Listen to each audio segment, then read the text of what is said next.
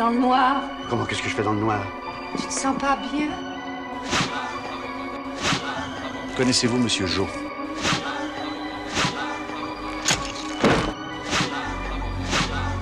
Eh, rassurez-vous, je m'y connais en assassin, vous n'avez pas le physique de l'emploi.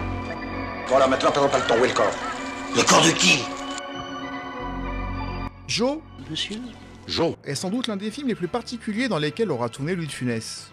Dans son ambiance déjà, très morbide, plus sombre, ce qui va par moments influencer son jeu vers plus de gravité. Mais rien ne peut nous séparer, mon ange. Promets-moi que nous lutterions la main dans la main, ma petite Sylvie. Mais bien sûr. Dans son étrange accueil public autant que critique, plutôt froid, le film n'ayant pas fait mieux que L'Homme Orchestre par exemple, avec moins de 2,5 millions d'entrées, ce qui pour un Louis de Funès à l'époque pouvait être considéré comme un succès modéré, voire un semi-échec commercial. Où êtes-vous? Là, sous la lampe. Qui est-ce que j'ai mis un peu fouet sur le kiosque? Sans compter que Jo reste l'un des films les moins accessibles de sa filmographie, le film étant sorti en DVD très tardivement, fin 2011, bien des années après les autres, et le Blu-ray sort à peine à la rentrée 2025, d'où cette vidéo, aujourd'hui, qui va lui rendre enfin l'hommage qu'il mérite. Bonjour à tous, soyez les bienvenus sur Nienko TV, et comme vous l'aurez compris aujourd'hui, on va parler de Monsieur Jo. Monsieur comment? Monsieur Jo! Contexte autour du film, les anecdotes de tournage, une analyse du film, je vous propose tout ça dans cette vidéo remakée, parce qu'on en avait déjà fait une dans le passé mais qui a pris un sacré coup de vieux. Soyez les bienvenus sur Nienko TV. Ah, quand même. On va décortiquer tous ensemble l'univers de Jo, un univers passionnant, vous le verrez. Tu es extraordinaire à regarder travailler. Mais alors, il est tellement pudique que quand il a une scène où vraiment il a beaucoup le trac... Non, pas du tout. Si tous les acteurs étaient comme ça, ce serait merveilleux. Il a tellement de trac. Moi, j'aimerais bien quelquefois rester près de la caméra et le regarder faire. Et alors, je sens que ça le gêne. On est parti.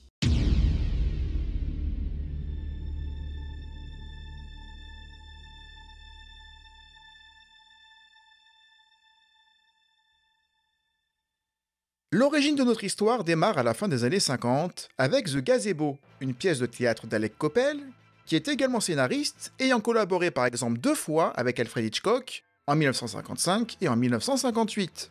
The Gazebo, une pièce à succès qui sera jouée jusqu'à Broadway, et qui fera l'objet l'année suivante d'une première adaptation américaine au cinéma, avec un mort récalcitrant, où un mari, pour protéger les secrets de sa femme d'un maître chanteur, va décider de le tuer plutôt que de le payer, et de cacher son corps sous un gazebo, qu'on appellerait plus de nos jours un pavillon de jardin, ou, comme dans l'adaptation française dont nous avons parlé, un kiosque ou une gloriette. À la gloriette! Ah, ils sont charmants tous les deux! À notre amour! Oui, mon chéri! Mais tout ne se passera pas comme prévu, entre amis et famille, voire police, qui ne font qu'aller et venir dans la maison, alors que le cadavre n'est même pas caché. Monsieur, il y a un paquet recommandé pour un brise-bar.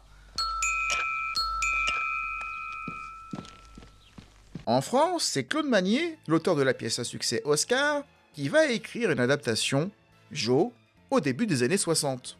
À ce moment-là, Louis de Funès, pas encore une star, mais plutôt un second rôle reconnu, joue Oscar au théâtre au début des années 60, et Claude Magnier va lui proposer fort logiquement d'enchaîner ensuite avec Jo. Qui? Jo. Toujours au théâtre. Ah, toi, voilà, toi, dis donc. Tu m'avais bien dit que ton fiancé devait venir ce matin pour te demander en mariage, toi. Mais non, c'est le contraire. C'est toi qui m'as dit qu'il était venu. Ah bah oui, c'est vrai, je sais pas, j'en suis. Bon, attends. Et d'abord, qui est-ce? Eh bien, tu le sais aussi bien que moi, puisqu'il est venu te demander ma main. Écoute. Ah bah oui, c'est vrai. Et c'est en 1963 que cette proposition lui sera faite. Ce que Louis de Funès accepte dans un premier temps, mais il doit tourner d'abord dans Pouic Pouic, puis Faites sauter la banque, sous la direction d'un certain Jean Giraud. Mais qu'est-ce que c'est que ce travail? Aïe!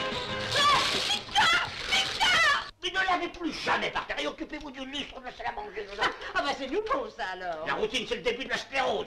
Un réalisateur avec qui il tournera sans le savoir 12 fois dans sa carrière. Mais le tournage de ses 2 premiers films entraîneront ceux du premier Gendarme de Saint-Tropez en 64. Et Louis de Funès accepte aussi de jouer dans le corneau de son ami Gérard Horry, à qui il avait conseillé de faire de la comédie, et ça y est, ils y sont, donc il en fera partie.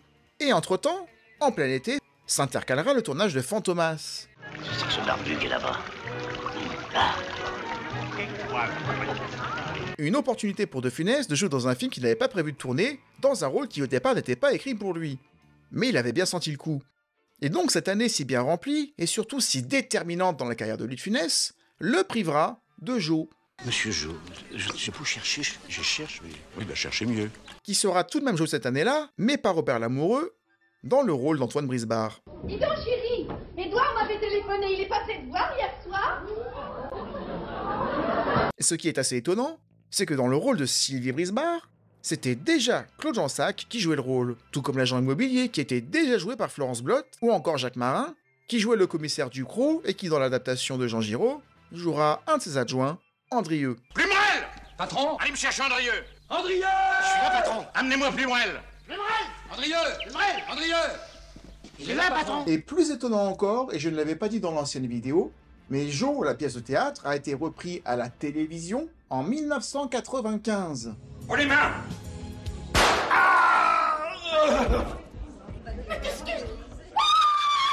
Mais ne criez pas comme ça! Ne criez pas comme ça! Ah, bah, l'autre chose. Mais c'est pas grave, revenez à vous, c'est pas grave. Mais revenez à vous. Adrien, viens m'aider. Mathilde s'est évanouie. Mais tu vois où ça nous mène, ta petite expérience? Ben oui, Mathilde, revenez à vous, c'est rien. Regardez, on répète une scène de ma nouvelle pièce. C'est un vrai revolver, mais il est chargé avec des balles à blanc. Allez, revenez. Mais pourquoi monsieur ne m'a-t-il pas dit que c'était pour de rire? Avec, à la place de Louis de Funès dans le rôle d'Antoine Brisbard, un acteur qu'il connaissait bien, en la personne de Jean Lefebvre. Alors, naturellement, état de lumière, faut que je recommence. État de lumière. Eh oui, 5e mort, je vois plus clair. Eh ben, c'est bien, tu vois. Oh ben, c'est pas grave. Je vais prendre le casque de mineur qu'on m'a fait cadeau. Ça va m'aider à voir plus clair. Voilà. Mais comment il faut pour trouver du charbon avec ça, dis donc. Alors, 6e, garder tout son calme. Ça va de soi. 7e, ah oui, ça c'est très important, le 7e. Alors, éviter que le sang se répande sur le sol. Oh ben j'ai compris, je fais d'une pierre deux coups. Je vais me débarrasser du rideau de la salle de bain, que je ne peux plus voir. Ce rideau. Un Jean Lefebvre, clairement sur la fin, le pauvre, tellement il avait la tremblote. Ça faisait un peu de peine à voir d'ailleurs durant l'enregistrement. On ferait bien une petite exception quand même. Alors, pour vous faire plaisir. Alors, permettez-moi de boire à votre santé. À votre santé, À l'amour. Et dans le rôle de l'inspecteur Ducrot, un personnage important, nous avions Philippe Nico. Écoutez, mon petit Simon, je vais encore avoir besoin de vous, oui? Parce que moi, Lorenoc, Ça va, Gaëtan et moi. vous m'avancerez deux.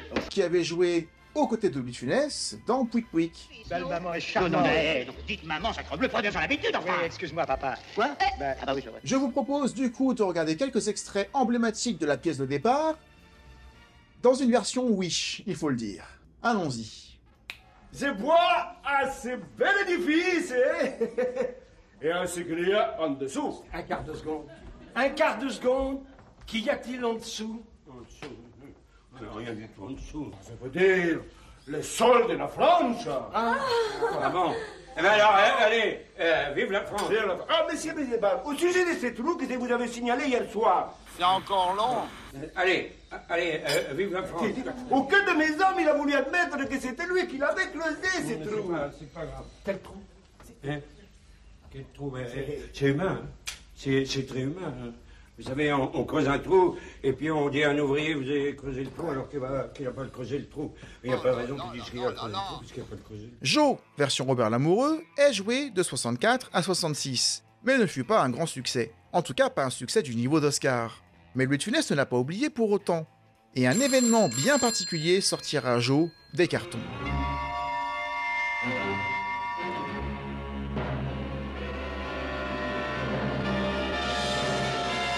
Cela se passe un soir d'août 69. Vers 18h, le téléphone sonne au château de Clermont, près de Nantes. Mais ça n'est pas Louis de Funès qui décroche ce soir-là.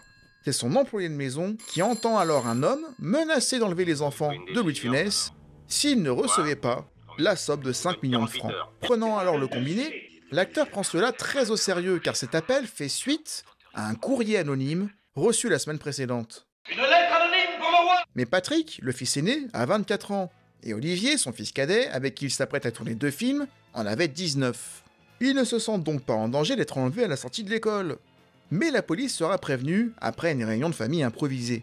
Et c'est en personne que le commissaire divisionnaire Le Taillanterre, célèbre à l'époque, se propose de venir dès le lendemain matin. Après un bel échange autour d'un petit déjeuner, durant lequel Louis de Funès s'intéresse grandement à son métier et à des affaires similaires qui ont eu heureusement des fins heureuses, deux gardes du corps, un par enfant, seront détachés et ne les quitteront pas d'une semelle. Mais le soir même, nouvel appel du maître chanteur qui les met en garde sur un éventuel appel à la police qui mettrait ses menaces à exécution. Le commissaire pense alors que Patrick de Funès, adulte, pourrait avoir ce maître chanteur dans son entourage personnel, et il souhaite faire une enquête sur lui et donc sur son entourage. Ce que la famille n'apprécie pas du tout. Cette piste est alors rapidement abandonnée. Le téléphone est alors mis sur écoute, et lors du troisième appel, un rendez-vous est pris. Et c'est Jeanne de Funès qui devra déposer la somme dans un vestiaire de la brasserie du Pont Montparnasse. La police suggère alors d'y envoyer Madame de Funès avec des coupures de journaux à la place des billets. Ce qu'elle fera, laissant le colis emballé dans un papier craft à l'endroit convenu, et quittant les lieux sous la surveillance d'Olivier de Funès, ce qu'elle ne savait pas, qui au passage avait bravé l'interdiction de la suivre. Un homme est alors arrêté, et là ça n'est pas le bon. Et peu après, un coup de fil bien plus menaçant retentit, quasiment dans la foulée. C'est le maître chanteur qui les remercie pour le comité d'accueil. Mais cependant, il ne se montrera plus. Il se rendra même à la police, quelque temps après, allant faire de la prison, pour finalement en sortir pour problème psychiatrique en 1970.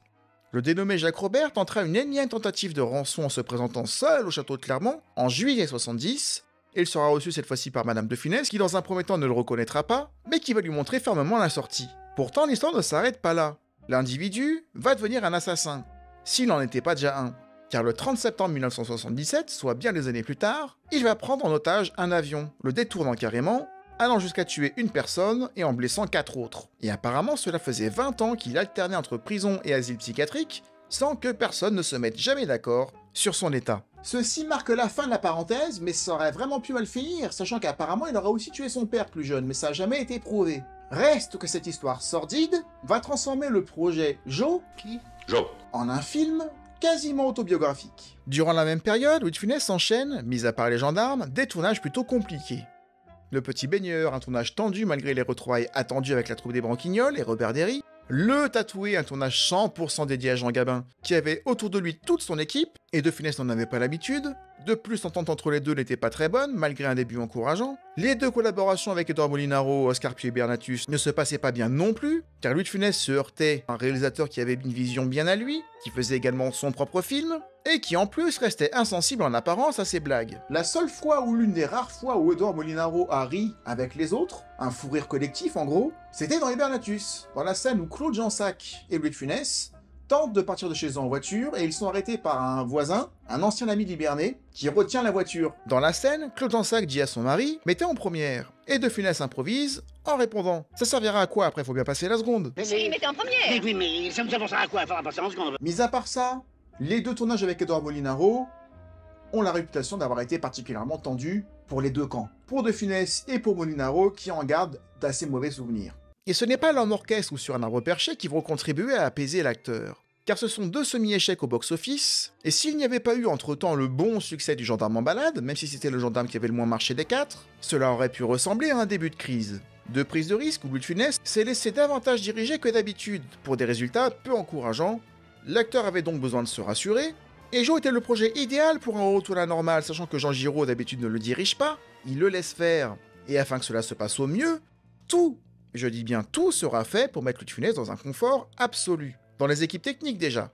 Henri Decaë à la photographie, c'est une habitude, Sidney Bettex au décor, Raymond Lefebvre à la musique, Claude Magnier et Jacques Wilfried au scénario et au dialogue, Jean Giraud à la réalisation pour leur 8e collaboration, quasiment une par an, Jean Giraud ayant en plus été frustré de ne pas avoir réalisé Oscar, au profit d'Édouard Molinaro.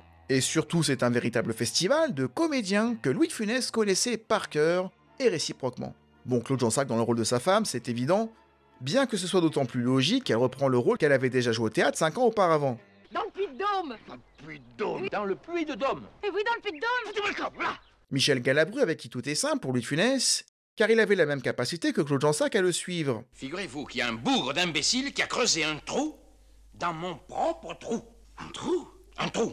Où ça? Dans mon propre trou. En attendant, j'ai passé un quart d'heure pour le reboucher le trou. Vous avez rebouché le trou? Oui, j'ai rebouché le trou. Mais pourquoi vous avez rebouché le trou? Parce que j'ai rebouché le trou. Mais quel trou vous avez rebouché? Le trou qu'il a fait. Où? Dans mon propre trou. Christiane Muller rejoint nouveau la bonne, comme dans les grandes vacances, tout comme Ferdy Mayne, que Louis de Funès retrouve également après les grandes vacances. Oh, dégueulasse. You like it? Splendid. Splendid, good night. Ce dernier ayant explosé dans le bal des vampires de Polanski, Florence Bloch qui reprend son rôle mais que nous avions déjà aperçu dans Fantomas se déchaîne, dans la superbe scène du train Paris-Rome. Pourquoi elle est tombée dans le pot? Comment? Je comprends pas. Guy Tréjean que nous avons vu dans Pouic Pouic dans le rôle de ce cher Antoine. Il y a assez longtemps que vous vous gobergez ici. Et puis en plus, ma fille, elle est mariée, monsieur. Alors ma fille, c'est trop tard. Yvonne Clèche qui joue Madame Grinder, l'alcoolique notoire. Petit cognac. Qui jouait la femme de De Funès dans Faites sauter la banque. Dominique Zardy et Henri Attal, le duo inséparable, et comme souvent des vilains. Paul Prébois dans le rôle d'un gendarme. Jean Valmance qui jouera le représentant de commerce qui avait donné la réplique au sifflet de Cruchot dans un carambolage mémorable dans Gendarme en balade. On s'est rentré dedans. Ne nous affolons pas. Oh là là là là. Jean Drose, que l'on a vu dans le premier Gendarme ou dans le Cornio, qui jouera Riri, le fameux cadavre qu'on ne voit même pas d'ailleurs.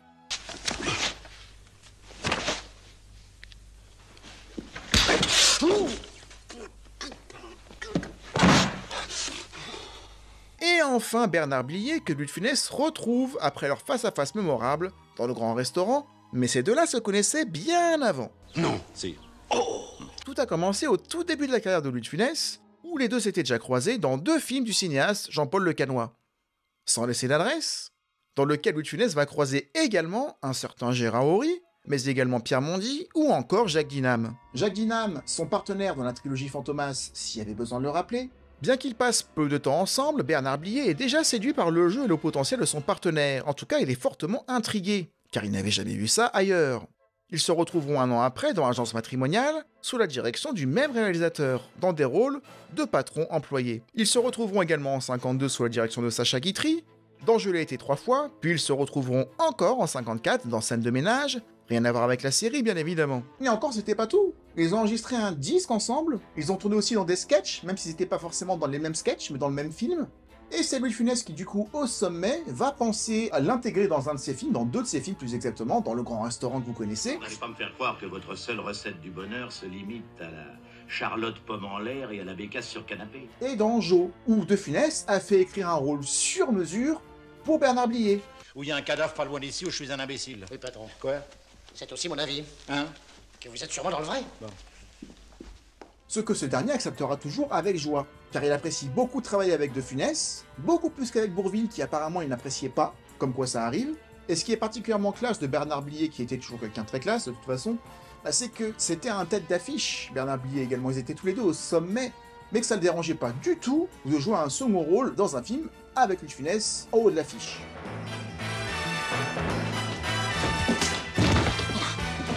En apparence, ce tournage pourrait paraître idyllique. Mais ça n'était pas le cas, car contrairement aux Grandes Vacances ou aux Gendarmes, où Louis de Funès, au moins jusqu'au 3e, était la star du film, certes, mais à partir de la fin des années 60, début 70, les films étaient construits autour de lui, ce qui est différent. Je voudrais que vous me disiez s'il a changé dans son comportement. Ah bah j'ai une tête qui... C'est sa simple présence dans un projet qui conditionne tout le reste, et ça a des mauvaises conséquences. Par exemple, de nombreux blancs qui ponctuaient les scénarios, car les auteurs se reposaient sur ces trouvailles qu'ils ne pouvaient pas anticiper, et qui désormais au bout de 7 ans étaient bien connus de tous. Il suffisait de laisser faire. Ah non, mais c'est pas là. Parce que c'est pas là. Moi, je ne peux pas sortir. Mais vous n'avez pas donné un prix, là. Ah non, c'est 100 fois trop tôt. On laisse Jojo. Mais pour rappel, Louis de Funès avait été mécontent du tournage de Sur un arbre perché, car Serge Corbert, maladroitement, avait demandé un jour à Louis de Funès ce qu'il voulait faire ce jour-là. De Funès interprétant cette question maladroite, comme quoi rien n'était prêt, et que c'était à lui d'inventer.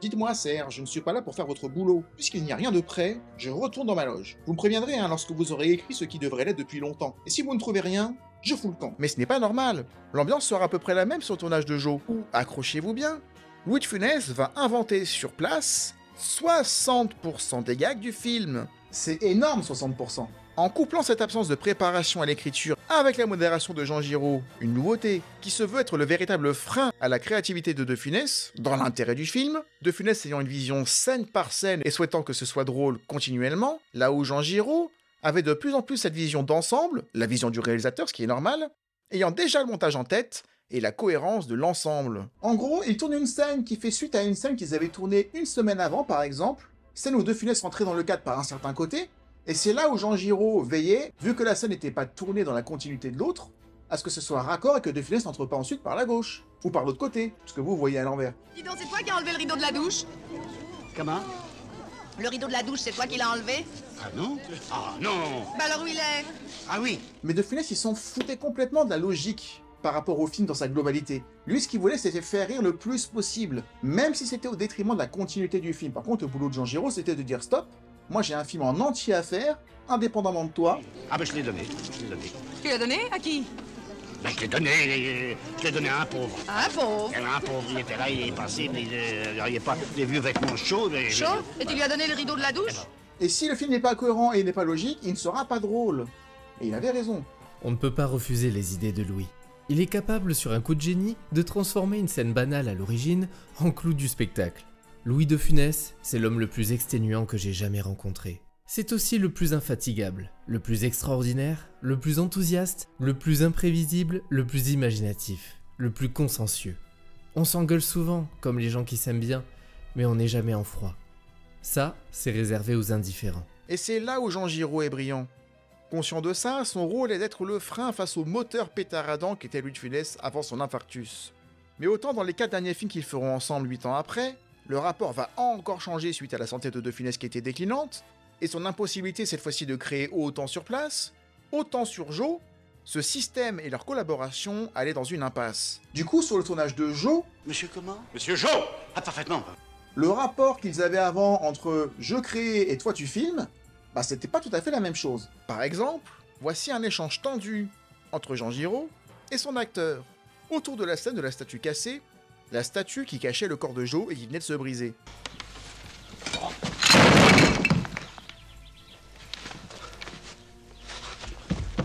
Claude Jansac et Louis de Funès s'étaient maquillés, prêts à jouer, mais rien n'était écrit dans le scénario, c'était un des nombreux blancs. Il n'y avait donc rien d'écrit à partir du moment où Louis de Funès appelle sa femme pour constater les dégâts de la statue qui venait de se briser en 1000 morceaux. Louis de Funès demande alors à son metteur en scène « On fait quoi ?» Ce à quoi Jean Giraud répondra « Eh bien, vous regardez la statue ?» Le plateau, composé d'une trentaine de techniciens, est alors muet, inquiet et surtout spectateur de ce blanc. C'était un véritable silence gênant. Silence brisé par Louis de Funès, qui demande à son metteur en scène « C'est tout ?» Ce à quoi répondra Jean Giraud « oui. »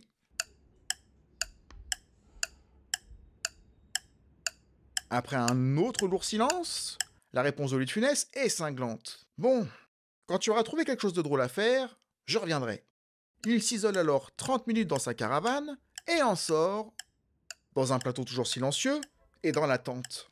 Et voici ce qu'il dira. Bon, je veux 3 caméras supplémentaires, 2 dans le salon, 1 dans la cuisine à côté. J'ai une idée, mais elle est trop compliquée à expliquer, alors tu me suis. Dès la première fois qu'ils ont tourné ensemble dans Oscar, ça s'est passé comme ça. De Funès lui a dit même d'en haut, tu me suis. C'est là où ils ont inventé d'ailleurs le fameux geste. Tu me suis. Et tout ce qu'on va voir de la façon dont ils arrivent avec ce bac, la façon dont ils vont essayer de faire entrer le corps bien trop grand par rapport à un bac qui est beaucoup trop petit, tout ça, ça va durer 3 minutes 30 à l'écran, 10 minutes qui ont été tournées en tout, ils en ont choisi la meilleure partie, mais tout ça, c'est de l'impro. Mets le pied dedans, hein? Mets le pied dedans! Mais pas toi! Cela va de transporter Louis dans une caisse roulante, de mettre le cadavre en long, en large, de le recouvrir, de lui sauter dessus pour le faire rentrer de force. Dites donc, la buanderie est fermée. Eh ben, qu'est-ce que vous voulez que j'y fasse? La clé, vite! Vous avez la clé à la cuisine? Ils auront tourné en une seule improvisation l'équivalent de toutes les prises bonnes qui sont tournées en moyenne dans une journée, à savoir 3-4 minutes. Mais ces 3-4 minutes avaient été tournées en une seule improvisation, ce qui est énormissime. Qu'est-ce qui est arrivé à votre grand-mère? Elle est morte. De l'impro complète. Mais, désolé, ça n'est pas normal. Cependant, les difficultés ne s'arrêtent pas là. Le lendemain, ils doivent tourner des plans de coupe afin de les insérer dans l'improvisation de la veille, car ça avait été tourné en un seul plan. D'ailleurs, vous verrez à l'écran qu'il y a une trace de raccord, un faux raccord du coup, au moment où De Funès embarque le cadavre, où il y a des morceaux de béton qui sont collés à lui. À l'instant d'après, si vous faites attention...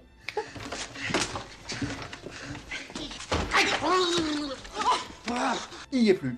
Ça, c'est les raccords qui ont été tournés le lendemain. Malheureusement, Claude Jansac se blessera avec la scie qu'elle utilise pour tenter de découper le cadavre, et Louis de Funès glisse sur l'un des débris en plâtre de la statue qui était sur le sol. Il se fait une légère entorse.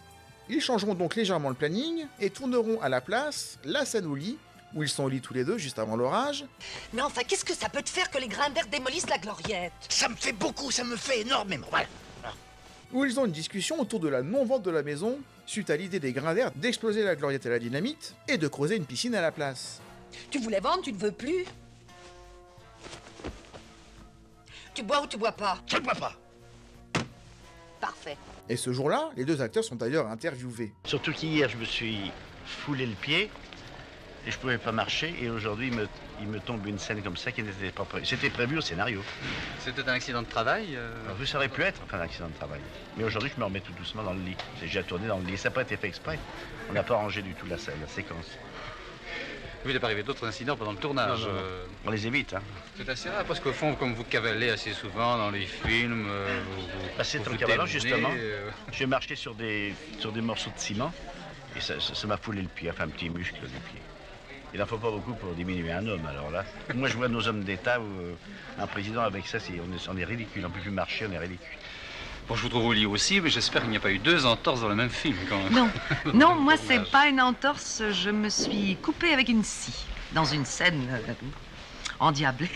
Non, vous êtes vraiment blessé? Oui. Ah bon, alors on vous trouve au lit pour... On m'a fait des points de suture, on m'a fait aussi une piqûre antitétanique. Et...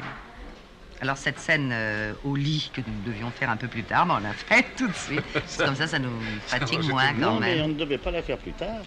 On devait la faire maintenant? C'est tombé comme ça, juste. Ah bon? Mais oui, c'est ça. Ah, moi, je savais pas. C'est ça qui est amusant. Il n'a pas fallu faire une entorse au planning, enfin. Ah oui. Une autre scène a également demandé à toute l'équipe une grande patience.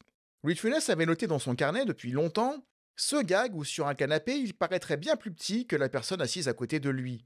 Et c'est dans Anjo que ce gag sera utilisé 2 fois. Une fois aux côtés de Bernard Blier,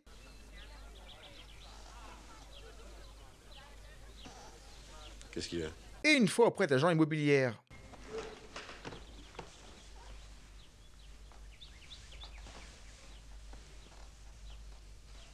Et pour exagérer la taille de ses partenaires, afin que l'effet comique soit plus fort, un appareil à ressort a été inventé exprès pour les besoins du film, un appareil plutôt coûteux que l'on mettait hors champ, sous les fesses de l'acteur ou de l'actrice, à un moment donné où la caméra n'était pas sur eux.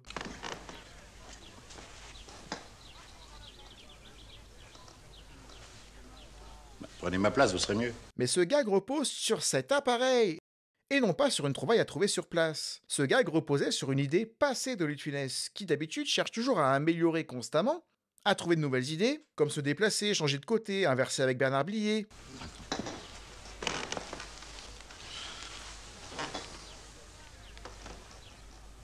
Vous êtes bien maintenant?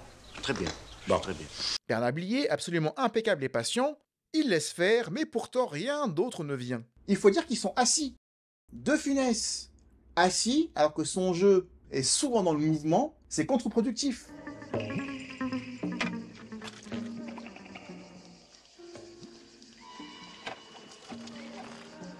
C'est comme ce qu'ils ont fait dans Sur un arbre perché, où tu te rends compte sur place que de tourner un huis clos dans une voiture, c'est forcément te priver de l'explosivité de Funès. Et comme rarement dans les films dans lesquels Louis de Funès a joué, cette scène sur le canapé sera l'une des premières filmées. L'une des premières qui sera bonne tout de suite, c'est rare, parce que d'habitude les prises allaient en s'améliorant. Vous êtes bien maintenant? Très bien. Bon. Très bien. Juste après le tournage de Joe, Louis de Funès va rejoindre Gérard Horry pour le tournage de La Folie des Grandeurs. Maintenant, je crois que vous en êtes déjà ici, il y a déjà plusieurs semaines de tournage. Oui, 7. Donc ça se tire. Oui, encore 2-3 semaines. Encore vous avez déjà d'autres projets alors? Oui, Gérard Horry. Le film qu'on devait faire avec Bourvil et qu'on fait avec Yves Montand. Ah bon? Et puis après, j'accepte plus rien, je voudrais essayer de retrouver un peu les choses d'antan, vous savez, l'enthousiasme d'antan. Comme dans le jazz, un peu comme Claude Luther, il est retourné aux sources pour faire autre chose, pour revenir. On a besoin de retourner un peu aux sources de ce qu'on était autrefois. Et si dans Joe, De Funès a dû improviser et trouver 60% des gags tout seul, dans La Folie des Grandeurs, c'est l'exact inverse. C'est le film dans sa filmographie où il aura eu le moins à inventer quelque chose sur place. Et comment allez-vous procéder avec Yves Montand? Parce qu'enfin, c'est pas un acteur drôle, Montand. Si, parce que regardez, je l'avais vu, je ne le croyais pas, mais il est très drôle dans Le Diable par la queue, de Broca. Il est très drôle. Et tout le film est très drôle, oui. Et puis dans La Vie, je ne le connais pas encore plus avant, mais enfin, il a l'air de vouloir s'amuser beaucoup. Il est très bien. Je crois qu'en plus d'un acteur dramatique, il va se révéler un très bon acteur comique. Dans le scénario de La Folie des Grandeurs, écrit par Gérard Horry et Daniel Thompson, lui était prêt. Et écrit pour lui et pour Yves Montand, et du coup, ils ont déjà imaginé ce qu'ils pouvaient faire ensemble là-bas, sans attendre que De Funès trouve tout seul sur place. Pas de blanc dans le scénario. Monsieur Brisbard, de quoi ai-je l'air, hein? De quoi ai-je l'air? Ne me forcez pas à vous répondre. You understand what he said? Not quite. Tant mieux. C'est ce qui va enclencher la volonté de Funès de ne tourner qu'avec lui, ne serait-ce que pour faire mieux son métier, même si, comme on le sait, comme on en a parlé souvent, ça va pas se passer comme prévu, la santé va passer par là. Sorti le 8 septembre 71, Joe sort quasiment dans l'anonymat. Pas ou peu de campagnes promotionnelles, pas ou peu d'articles sur le sujet, les critiques dénoncent un De Funès dont il commence à se lasser, lui reconnaissant certes du génie, mais il trouve ça dommage de ne pas avoir le metteur en scène adapté capable de capturer ça. Il reproche à l'acteur que tout soit articulé autour de lui plutôt que de jouer dans un scénario complet, ce qu'on disait tout à l'heure. Mais à ce stade-là, avec à peine 1,7 million d'entrées sur une année, 2,4 au total, les films restaient beaucoup plus longtemps à l'affiche à l'époque. Presque 2 ans, hein. Donc c'était peut-être plus facile aussi de faire plus d'entrées dans un contexte comme ça, même s'il était présent dans moins de salles. Tout est, je pense, proportionnel. Hein. Le film est considéré comme un échec, ou un semi-échec pour Louis de Funès. Et je trouve d'ailleurs que Didier Bourdon ainsi qu'Audrey Fleurot, qui ont joué Joe il y a quelques années, ont assez bien saisi le paradoxe autour de ce film. C'était pas un des 2 Funès qui était très frais dans ma mémoire, mais il me semble l'avoir vu. C'est un film à part dans la filmographie de Louis de Funès, parce que c'est vrai que c'est l'un des rares films où il tue quelqu'un. Oui, il était désagréable, mais il ne tuait pas. Et déjà, et puis la deuxième chose, que j'ai vu quelques extraits quand même, et bon, j'ai pas voulu trop voir, parce que, mais il y a aussi pas mal de choses au deuxième degré, quoi. C'est un peu, c'est pas Elsa Popine, mais enfin, à un moment donné, il descend quand il voit le commissaire, hop, il remonte la rampe de l'escalier de manière magique. Donc ça, c'était quand même assez osé pour l'époque. Et c'est vrai que au théâtre, en revanche, on peut se permettre des choses comme ça beaucoup plus, mais au cinéma, c'était quand même un peu original dans la comédie française, déjà de mettre des choses un petit peu deuxième degré Mais c'est drôle, dans sa filmographie, j'ai l'impression que soit les gens sont archi fans de ce film, soit ils ne le connaissent pas. Il fait pas partie des plus connus, mais alors ceux qui le connaissent manifestement sont très... Il y a scission. Pour cette raison d'ailleurs, je pense, parce qu'à l'époque, c'était quand même très original d'imposer l'humour un petit peu deuxième degré. Un peu noir, puis c'est un humour un peu noir, un peu morbide, bien sûr. Car c'est là qu'est le paradoxe Joe. Il est considéré comme culte par tous ceux qui l'ont vu, mais c'est un film que la plupart des fans de De Funès ne connaissent pas ou connaissent mal, ou ont connu en dernier. D'ailleurs, le public n'y est pas allé autant que d'habitude, sans doute troublé par le fait que De Funès tuait quelqu'un, ce qui était rare. On n'avait vu ça que dans Fantomas se déchaîne. Peut-être que le public n'a pas apprécié cette ambiance morbide, sans compter la mauvaise communication autour du film à sa sortie, avec encore une fois très peu de campagnes publicitaires, très peu d'interviews, seulement quelques lignes dans les journaux. Pourtant, aujourd'hui, le film commence à peine à être réhabilité complètement. La pièce commence à être reprise un peu partout, même dans du théâtre amateur. Elle a été reprise en 95 dans une version que je qualifierais d'assez molle et d'assez navrante. Bonjour, c'est toi, Toine. Comment va Tonton? Hein? Il y a 42 fieux? Eh ben, tant mieux. Non. Quoi? Non, mais non! T'es sourd ou quoi? J'ai pas dit tant mieux! J'ai dit ça va aller mieux! Il est fort comme un turc. Et surtout plus récemment avec Didier Bourdon. Je n'ai pas vu la pièce, Joe. Je ne trouve pas de version exportable, je ne trouve pas de version filmée. Mais je respecte, je suis pas fermé à l'idée qu'on rejoue des pièces dans lesquelles De Funès a joué qui n'étaient pas des pièces forcément écrites pour lui. Les pièces de théâtre, elles existent en tant que telles. On a le droit de les rejouer. C'est risqué, mais on a le droit. Alors, monsieur Brisbard, au sujet de ce trou dans le jardin... Le trou? Quel trou? Non, il n'y a pas de trou. Ah bah si, il y a un trou. Aucun de mes gars n'a voulu admettre que c'était lui qui l'avait creusé. Non, c'est humain, ça. On creuse un trou, on vous dit, vous auriez pas dû creuser ce trou. Ah, mais c'est pas moi qui creuse le trou. Et pour l'appel, j'ai vérifié, elle n'est pas à moi, elle doit vous appartenir. Impossible. Franchement, vous le voyez avec une pelle? C'est quoi cette histoire de pelle? Avec quoi vous faites des trous? Avec une pelle. Moi aussi, hein. Mais je croyais qu'il n'y avait pas de trou. Un trou? Ah non, mais un tout petit trou. Et j'ai été voir Pouic Pouic à l'époque, avec Valérie Mérès, avec Lionel Astier. Combien? Combien quoi? Combien pour divorcer? Ah, c'est impossible, beau papa, c'est un mariage d'amour. Ne m'appelez pas beau papa! Vous préférez grand papa? Qu'est-ce qui vous a appris de dire que vous étiez noir? Je préfère que ça soit clair. On le fait signer et on le fiche dehors. Avant le repas? Je suis pas certain qu'il loupe grand-chose. Maman, elle est unique. Ah ben ça, deux, je pourrais pas, oui. C'était très très bien. J'ai été voir aussi Oscar avec Bernard Farcy et avec Chantal Latsou, qui était énormissime. Mais là, je n'imagine pas Joe jouer autrement. C'est un revolver de théâtre, ça a rien dit, elle a...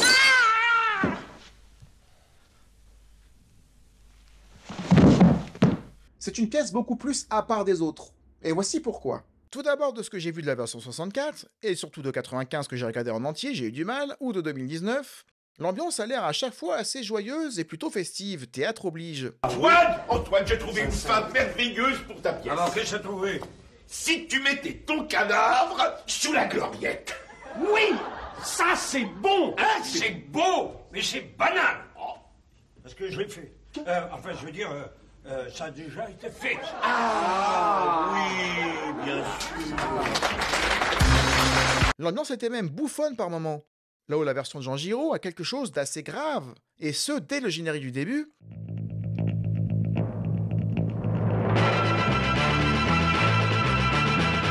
Bien aidé par la bande originale de Raymond Lefebvre. Le thème principal est excellent, parfaitement dans le ton, mais c'est pareil pour l'ensemble de la bande originale, je trouve.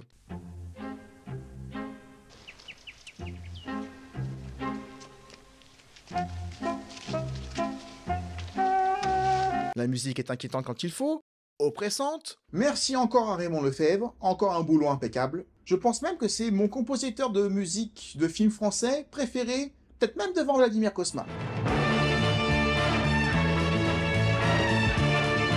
Tout comme l'éclairage autour de Louis de Funès, qui est différent, souvent tapis dans l'ombre. Je peux pas, t'es là.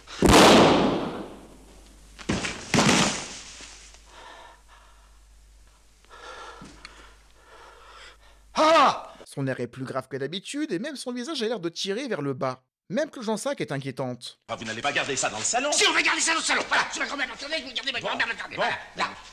Enfin, j'ai le droit de la maternelle. Par exemple, lorsqu'elle regarde la statue en imaginant le cadavre, qui serait dedans, ça fait peur, encore une fois, grâce à la musique de Raymond Lefebvre, qui aide beaucoup.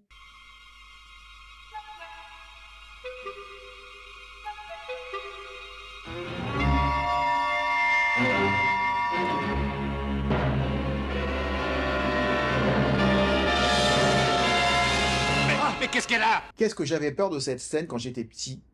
Ça avait pris le dessus sur le comique qui est pourtant très présent, hein. Au moment où elle dit « Mais qui ai-je tué, mon Dieu? Mais qui ai-je tué ?» Et puis du coup t'appelles truc, t'appelles machin. C'est comme tu faisais hier soir.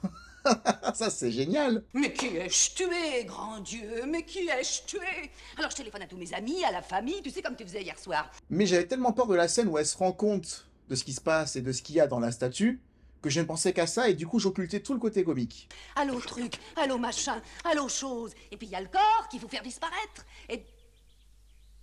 La scène de l'orage aussi me faisait peur quand j'étais petit. De la même manière que dans Fantomas contre Scotland Yard par exemple, dans la scène du château, avec la scène des cadavres et des pendus. Il faut que votre petit doigt touche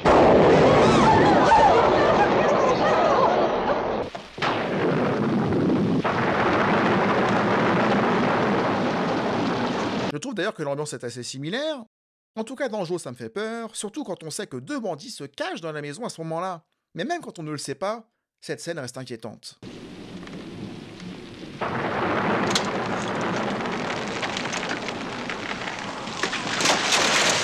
Avec ce kiosque qui tombe dès le premier orage, tu sens le pauvre personnage de Funès qui est complètement malchanceux, oppressé, et t'as envie qu'il s'en sorte. Sortez-moi de là, mon Dieu, sortez-moi de là!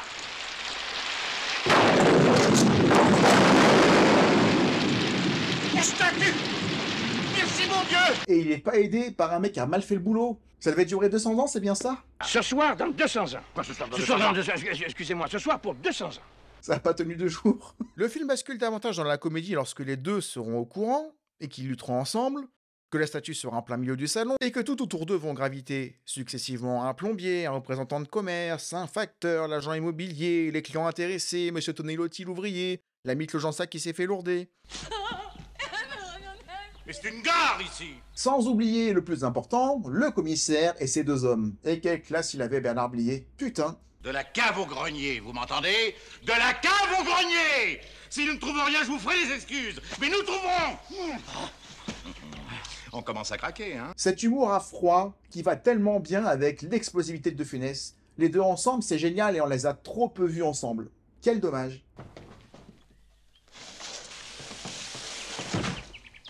Le film se permet même à certains moments du surnaturel, ou en tout cas de l'absurde. Comment fait-il ça? Avec De Funès qui descend par la rampe de l'escalier, et qui, en voyant le commissaire, remonte de la même façon, ce qui est impossible. Moi, j'ai la tête sur les épaules. Et je vois clair. Encore une trouvaille géniale, mais il faut la faire passer. Personne d'autre que De Funès ne peut faire passer ça. Car plus que jamais dans Joe, il faut prendre du recul un moment, s'arrêter, réfléchir un peu et réaliser ce qu'on est en train de voir. Je ne vous dérange pas? De Funès qui cache le cadavre rebelle et plein de réflexes sous son canapé, jouant avec lui en lançant les objets pour voir ce que ça fait, c'est énorme. Personne ne peut le faire. Claude Jansin qui commence à découper le cadavre à la scie, c'est flippant, c'est perturbant. Antoine! Antoine! Tout comme la scène où elle lui saute dessus pour le faire entrer de force.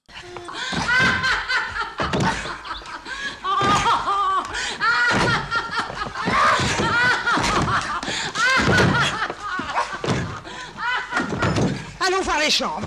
On parle d'un cadavre, putain! Excusez-moi encore du gros mot. Mais dans les versions qui sont sorties que j'ai pu voir, notamment celle de 95, tout ce qui tourne autour du cadavre, c'est fait avec un point de vue purement comique. C'est fait pour faire rire.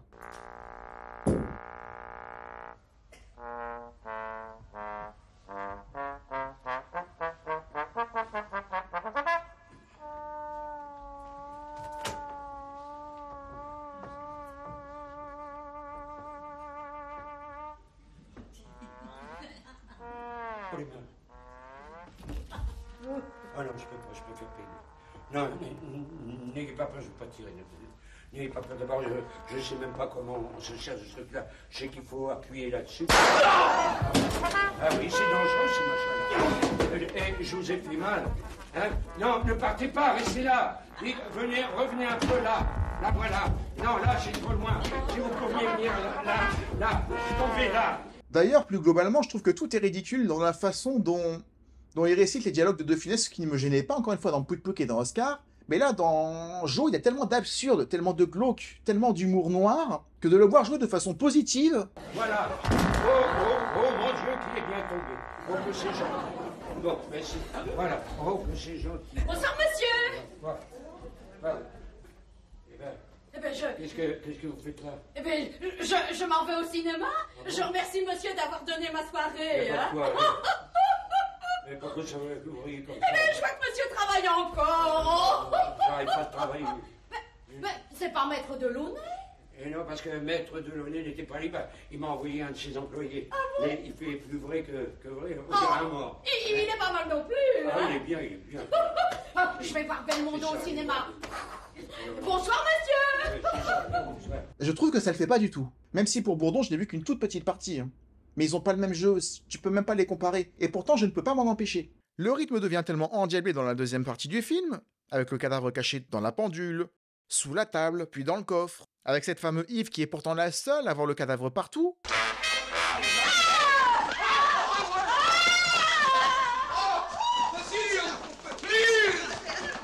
Le commissaire qui chauffe de plus en plus, quitte à être à deux doigts d'ouvrir la malle dans laquelle il pensait trouver Louis de Funès, alors que cette fois il y avait bien le cadavre dedans.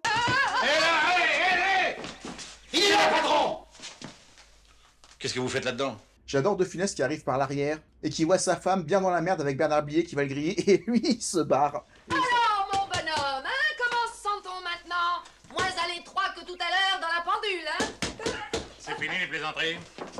Et il sort du cadre. C'est génial. Et pourtant il se passe pas grand chose, mais c'est tellement parfait. Tout comme les deux qui commencent à faiblir, pas forcément au même moment, il y en a toujours un qui craque et l'autre qui essaie de soutenir sa moitié, et à un moment donné, quand ils sont près de la table, ils se foutent des baffes. Et De Funès, il en rend une, mais une bonne. Hein. Et je pense que celle-là, elle n'était pas prévue. Et elle l'encaisse super bien. Improvisation, c'est un mot qui résume bien ce tournage construit à 100% autour de Louis de Funès, mais pas dans le bon sens du terme. Mais c'était pour le mettre dans le meilleur confort possible pour qu'il puisse trouver des idées, mais il commençait à en avoir marre de ça. Car les films reposaient sur lui, et si en plus c'est lui qui devait écrire le scénario en cours de route, ça n'était pas son boulot. Améliorer un scénario, oui. Remplacer le scénariste, non. Mais en même temps, vu que Louis de Funès ne lisait pas ses scénarios avant de tourner, ça n'aidait pas. Ça c'est pour ceux qui disent que je lui pardonne absolument tout et que je suis pas objectif sur cette chaîne. Voilà, c'est fait. Joe reste un film à part, tout comme L'aile ou la cuisse qu'on a fait la dernière fois, je trouve, mais pour différentes raisons. Déjà parce que c'est le dernier film dans lequel Louis de Funès aura joué qui réunira autant de ses complices à l'écran. Louis de Funès ne retrouvera pas Michel Galabru par exemple dans un film avant 7 ans, et Gendarme et les extraterrestres. Il ne retournera pas non plus avec l'autre Jansac avant 5 ans, et encore, il aura fallu l'imposer dans l'aile de la cuisse, puisqu'elle ne fera pas non plus le 5e gendarme. Il faudra également l'imposer dans la soupe aux choux. Ils avaient tourné ensemble au moins une fois, tous les ans depuis 67. Ils ne se lâchaient plus. Et pourtant, ils ne s'en doutent pas, mais c'est la dernière fois pour un bon moment. C'est aussi la dernière adaptation d'une pièce de théâtre comique, l'avare étant à part, et c'est la dernière fois que l'on verra Louis de Funès dans des décors flashy typiques années 70, mais ça avait beaucoup de charme. Car autant la maison, qui existe vraiment, et qui existe toujours vraiment, est magnifique, comme la maison du Vésinet d'ailleurs dans Hibernatus, les extérieurs des maisons de Funès dans les films, c'est toujours quelque chose.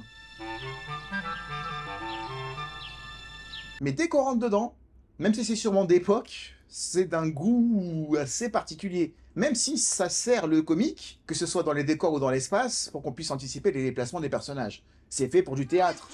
Viens me donner un coup de main, Mathilde se trouve mal.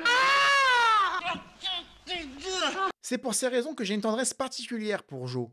Pour son ambiance, pour sa différence, qui est paradoxale puisque tout a été fait pour en faire un De Funès classique, en mettant tous les ingrédients, ce que les critiques dénonçaient encore une fois à l'époque, alors que le film, sur bien des aspects, n'était pas un De Funès classique. Quel trou? Mais y a pas de trou, qu'est-ce que vous voulez? Y a pas de trou, c'est monsieur l'inspecteur du compte de la police, je suis Oh, inspecteur, alors, laissez-moi passer. Et est-ce que c'est parce que le public a cru à un De Funès trop classique qu'ils n'y sont pas allés?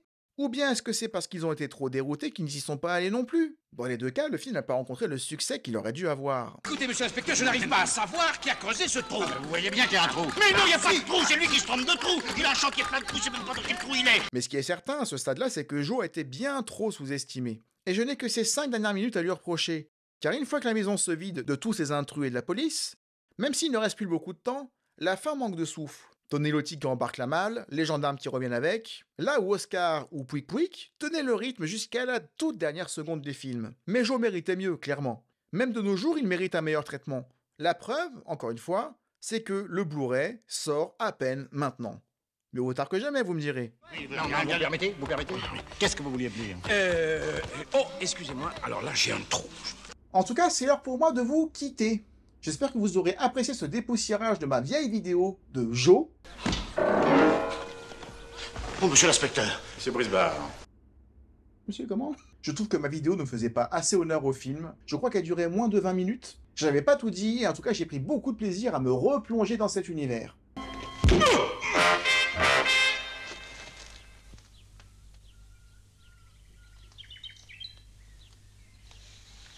Et de vous proposer, je l'espère, la meilleure vidéo possible sur le sujet, cette fois. En tout cas, quoi qu'il en soit, merci d'avoir regardé la vidéo jusqu'au bout. Si elle vous a plu, pensez à le dire à YouTube qui ne le sait pas forcément en mettant un like, c'est ça qui détecte le plus. Les commentaires que vous pouvez mettre en dessous, et si vous n'êtes pas inspiré pour les commentaires, voici, de quoi faire.